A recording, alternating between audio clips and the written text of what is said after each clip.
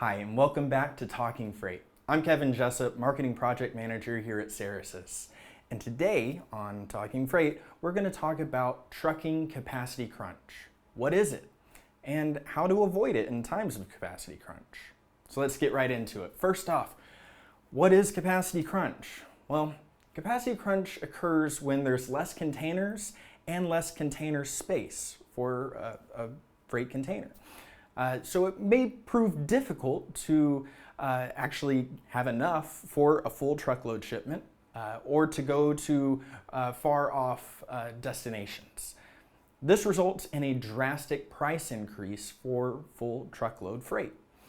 Unfortunately, we've seen a sharp rise in this in the past decade. The most notable in 2001, 2004, 2006, 2009, and most recently in 2013. Unfortunately, experts are really predicting another one later on in 2017. So, just in case that does happen, how do you avoid it? Well, I have 4 tips for you on how to make your freight look more attractive and to avoid a capacity crunch if and when it does occur. So, number 1, be flexible. This applies to a lot of different things, but first and foremost, be flexible with your pickup and delivery times. Flexibility creates more opportunity for a driver.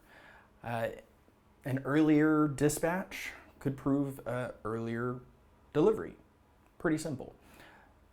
To make sure that you are truly flexible, look into earlier or later times and also consider work on the weekends. More opportunity gives you more opportunity for delivery. Next would be to relax your rules and regulations for your shipments. Business as usual may not work. So maybe allow existing carriers to utilize other carriers in their stead. That brings us to the next point. Number 2, be efficient. A driver's time is a precious commodity. So consider communicating earlier when you would be available for a pickup.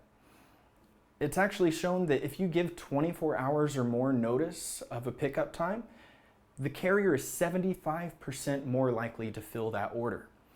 Also consider removing as many time wasters as possible. This includes no dock, a reduction in paperwork, and also reducing the amount of inspection delays. Also consider drop and hook.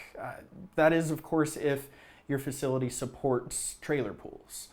That could help you out. Number 3, be consistent. A lot of carriers are trying to save up all their freight for full truckload because they think they get the best rate. But in times of capacity crunch, it may prove difficult to do that. And as we discussed earlier, it could be much more expensive for a full truckload. So maybe consider other modes like less than truckload, LTL, to do shipments more frequently throughout the month instead of waiting to the end and doing something more erratic. That could prove with your consistency to benefit both you and the carrier. The carrier might actually be able to give you a more preferred rate. That brings us to our last step, which is to automate. How do you automate? It's freight. You can do that with a transportation management system. If you don't have one already, you can use something like the Ceresys Rater.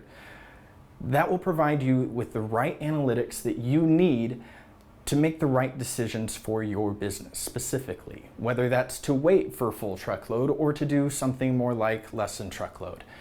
That will also provide a lot of help with the soft costs and save you money in the long term. That's it for today in Talking Freight. Be sure to like subscribe on YouTube.